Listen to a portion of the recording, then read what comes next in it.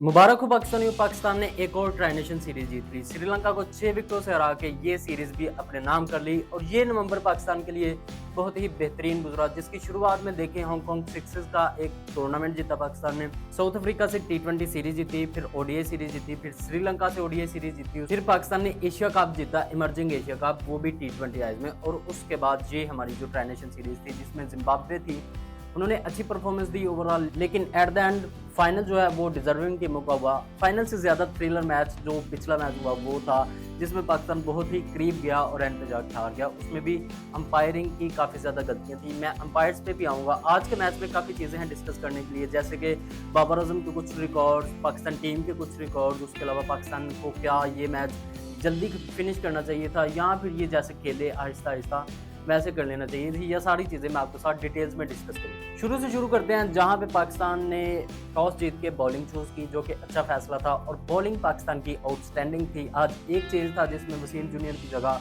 शाहीन शाह अफरीदी को डाला गया, जो मुझे नहीं समझ आया। शाहीन शाह अफरीदी को बाहर निकाला गया था 2 मैचेस से सिर्फ इसलिए क्योंकि उस बंदे की एड़ी पे, मतलब उस बंदे की हील पे चोट लगी हुई थी, वहां पे उसे इंजरी थी और इस वजह से उसको रेस्ट दिया गया। और मुझे नहीं समझ आया कि 2 मैचों में ऐसा क्या हुआ कि वो दोबारा वापस आ गया।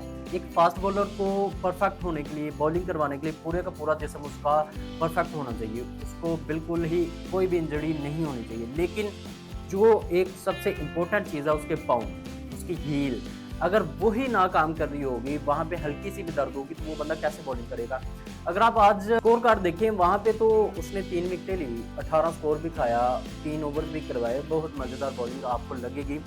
लेकिन अगर आप उसका रिदम देखें, अगर आप उसके स्पॉट पे बॉल करना देखें, तो ऐसा कुछ नजर नहीं आया। उसके मुकाबले आप सलमान मिर्जा की बॉलिंग देखिए, वो बंदा एक जगह पे गेंदे करवा रहा था। शाहीन की पहले ओवर की आप सारी गेंदें देख ले, कोई ऑफ पे जा रही है, कोई लेग पे जा रही है, कोई कहीं पे जा रही है, कोई किसी का कोई समझ नहीं आ रही, कोई वाइडें करवा रहा है, मतलब वो एक स्पॉट पे गेंद नहीं तक करवा पा रहा और इसकी वजह सिर्फ यही थी। एक और चीज़ है कि ये 2025 का पाकिस्तान का आखिरी मैच था। इसके बाद हमारे को 40 दिन तक कोई मैच नहीं आने वाला। जनवरी में शुरू होगी एक श्रीलंका के साथ ही एक टी20 सीरीज होगी और उसके बाद फौरन हमारा वर्ल्ड कप शुरू हो जाएगा। और इस दौरान हमारे प्लेयर्स वेले हैं, मतलब 2-4 प्लेयर हैं जो कि जाएंगे बिग बैच के लिए, उनके अलावा बाकी सारे प्लेयर्स फ्री हैं और इनको अपना वर्कलोड भी मैनेज करना है। अब आप जब ये बिग मैच में जाएंगे, रिजवान, बाबर और शहीन, इनको वो अच्छे से निचोड़ेंगे, वो ठीक ठाक इनसे काम लेंगे, किसी भी मैच में इनको कोई रेस्ट नहीं मिलेगा। खैर, बॉलिंग में शहीन और सलमान के अलावा जो हमारे स्पिनर थे उन्होंने कमाल कर दिखाया, जिसमें अबरार ने 3 विकेटें ली, साइम अयूब ने बहुत मजेदार बॉलिंग की, 1 विकेट ले गया।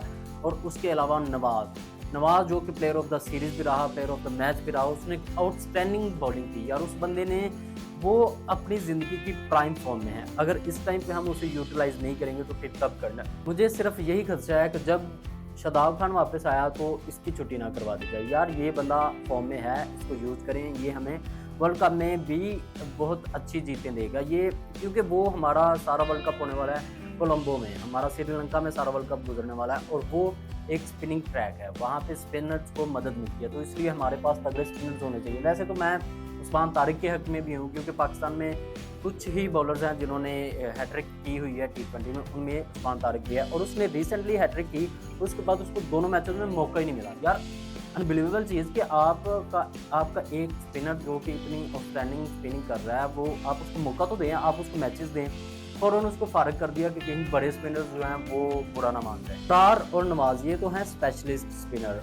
उसके अलावा जो हमारा पार्ट टाइम स्पिनर है साइम अयूब, उसने बहुत ही आउटस्टैंडिंग बॉलिंग की यार। उसने बताया, उसने ललकार के कहा कि मेरी स्पिनिंग को आप खेल के दिखाओ। ऐसे ही किसी स्पिनर, मतलब जो श्रीलंकन बैटर्स थे, उनको हमारे किसी स्पिनर की कोई समझ नहीं आ रही और मुझे नहीं समझ आ रही कि श्रीलंका की क्या स्ट्रेटजी थी, क्या वो माइंडसेट के साथ आए थे। क्योंकि वो जब टॉस पे उससे पूछा गया तो उन्होंने कहा ये 170 की पिच है। हालांकि पिच की बात की जाए तो ये एक स्लो पिच थी, ये ऐसी पिच थी जो कि पिछले 2 माह से यूज़ हो रही है, इतनी ज़्यादा यूज थी कि यहाँ पे आपके स्पिनर्स को मदद मिलनी ही मिलनी थी। और वहाँ पे ऐसी स्पिन ट्रैक पे आपका श्रीलंका का कैप्टन कह रहा है कि हम 170 करेंगे और वो उसी माइंडसेट के साथ आए और उसी के साथ वो खेल रहे थे। यार जब आप आए हो आपको समझ आ गई कि इतनी गेंद ब्रेक हो रही है, आपको पता लग गया कि यहाँ पे स्पिनर्स की चलेगी, तो आप उस हिसाब से प्लान चेंज कर ले। लेकिन नहीं, वो उसी प्लान में रहे कि हमने 170 करना है और फिर वो 130 भी नहीं कर पाए। अगर यहाँ पे वो 140 135 कर जाते तो ये बहुत ही मज़ेदार मैच होना था। ये एक फँस के मैच होना था, जो कि पाकिस्तान भी हार भी सकता था, क्योंकि पाकिस्तान का कुछ पता नहीं होता।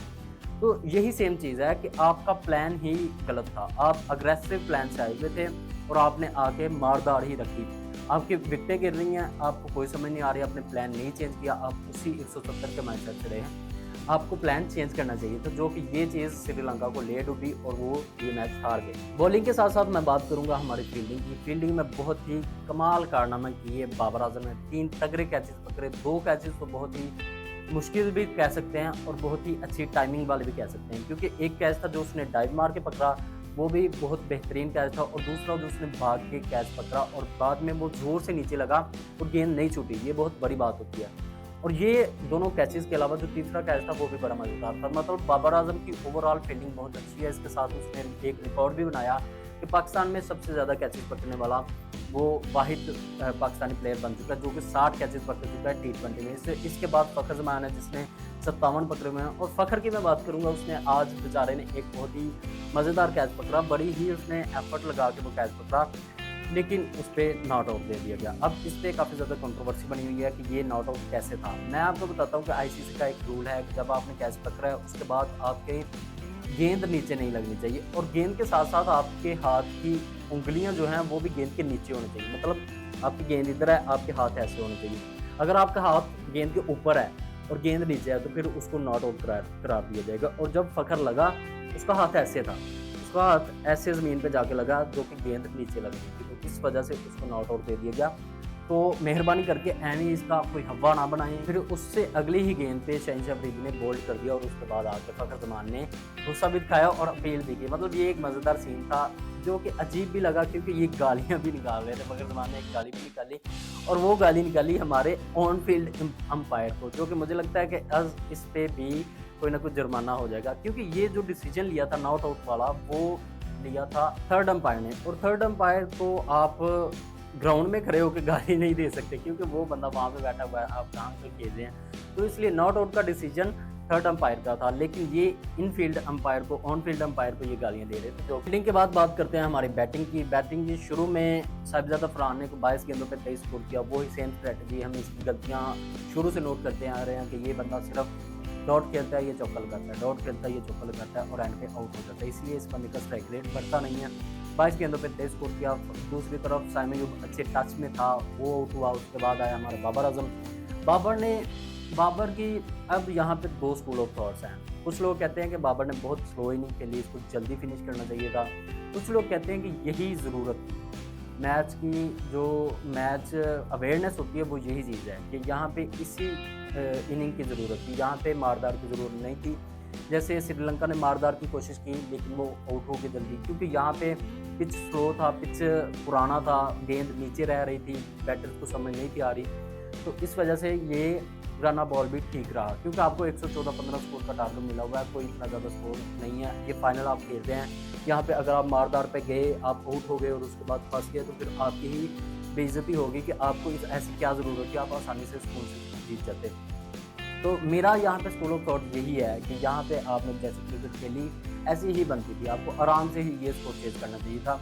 अगर आप मारदार पे जाते और वहाँ पे आउट हो जाते तो फिर वही बात जो मैंने पहले की, आपने बेइज्जत भी हो जाना था और मैच भी नहीं था जीतना। खैर पाकिस्तान ने अच्छी परफॉर्मेंस दी, बाबर आज़म ने 37 स्कोर किए, आखिरी गेंद पे चौका लगाकर फिनिश भी किया, उसके अलावा अच्छी फील्डिंग भी की। बाबर आज़म अच्छी फॉर्म में है, काफ़ी अच्छे से वो मज़ेदार कुछ ना कुछ इनिंग्स दे रहा है, वो फॉर्म में वापस आ रहा है। उसके अलावा उसका कॉन्फिडेंस आपको फील्डिंग से नज़र आ जाएगा, जो वो इतनी मज़े के कैचेस पकड़ रहा है, बहुत क्रूशल कैचेस पकड़ रहा है। तो यही चीज़ें हैं जो कि हमें चाहिए थी इस ट्राइनेशन सीरीज। बाबर के साथ था सलमान अली आगा, जिसने 14 गेंदों पे 14 स्कोर किया और वो भी रन बॉल खेल रहा था। दोनों बंदे इकट्ठे खेल रहे थे कि ये बहुत ही स्लो इनिंग कर देते हैं, जो कि आपको बड़ी टीम के खिलाफ ये चीज़ लेके डूब जाएगी। अगर आप दोनों खेल रहे हैं सेम टाइम पे, जो कि आप पे कई दफ़ा ये सिचुएशन आएगी, तो आपको चाहिए कि वहाँ पे थोड़ा एक बंदा सेक्रीफाइस करे, वो चार्ज करे, वो कोई ना कोई चौके छक्के लगाता रहे। एक बंदा चलो रन बॉल भी करता रहे, खैर है, लेकिन दूसरे को कुछ ना कुछ करना पड़ेगा।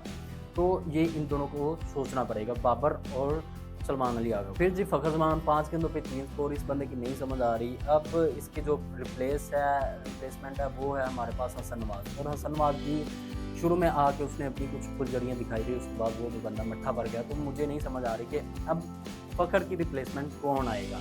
फ़खर को अगर आप कहें कि वर्ल्ड कप में नहीं लेके जाना चाहिए तो ये भी गलत बात है। वो बड़े मैच का प्लेयर है, ये एक फैक्ट है, लेकिन बात ये है कि वो काफ़ी अर्से से परफॉर्म नहीं कर रहा, उसकी परफॉर्मेंस नज़र नहीं आ रही। आप कहते हैं कि वो जिस मैच में चल गया आपको जितवा देगा, ये लॉजिक मुझे नहीं समझ आता। ऐसे तो शाहीन भी जिस मैच में चल गया वो भी आपको जितवा देगा बैटिंग में।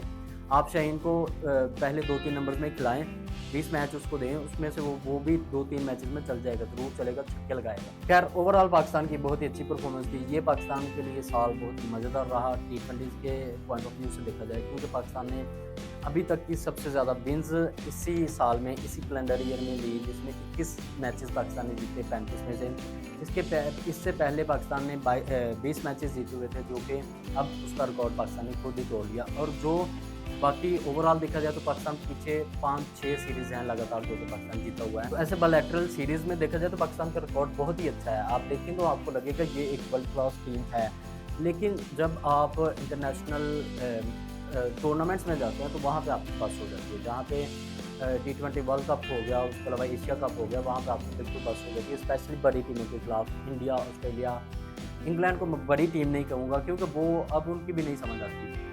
तो आप बड़ी टीमों के खिलाफ बहुत ही गंद कर देते हैं। तो हमें चाहिए कोई ना कोई आईसीसी टूर्नामेंट, उसमें आप ऐसी परफॉर्मेंस दें जैसी आप बायलैटरल में देते हैं। खैर उम्मीद तो यही है कि पाकिस्तान अच्छी परफॉर्मेंस देगा। फिर में यही चीज़ है कि आपको पसंद है तो लाइक करें, चैनल को डिसलाइक करें, मेरे फेसबुक पेज को फॉलो कर लें, चैनल को सब्सक्राइब कर लें। तो अगली वीडियो में तब तक अपना ख्याल रखिएगा।